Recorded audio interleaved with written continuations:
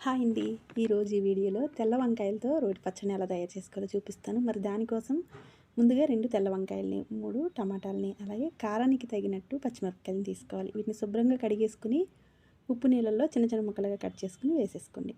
తర్వాత స్టవ్ వెలిగించి ప్యాన్ పెట్టుకుని 2 గరిటెల ఆయిల్ వేసి ముందు వంకాయల్ని బాగా మెత్తగా మగ్గే వరకు ఈ విధంగా మగ్గించేసుకోండి. తర్వాత అదే నూనెలో కట్ చేసి పెట్టుకున్న పచ్చిమిరపకాయలు, అలాగే కట్ చేసి పెట్టుకున్న టమాటాలని, కొద్దిగా చింతపండు, అలాగే కొద్దిగా కొత్తిమీరని వేసేసుకుని మూత పెట్టుకుని మధ్య మధ్యలో కలుపుకుంటూ బాగా ఈ టమాటాలు పచ్చిమిరపకాయలు మగ్గే వరకు ఈ విధంగా ఉడికించేసుకోవాలి. తర్వాత స్టవ్ ఆఫ్ చేసుకుని చల్లారిన తర్వాత ఈ విధంగా రోట్లో వేసేసుకుని తగినంత ఉప్పు వేసుకుని బాగా మెత్తగా రుబ్బేసుకోవాలి. తర్వాత వంకాయ ముక్కల్ని కూడా వేసుకుని కచ్చాపచ్చగా దంచేసుకున్న తర్వాత పక్కకి తీసుకుని కొద్దిగా జీలకర్రని, వెల్లుల్లిపాయలని వేసి మెత్తగా దంచేసుకుని పచ్చళ్ళలో కలిపేసుకోవాలి.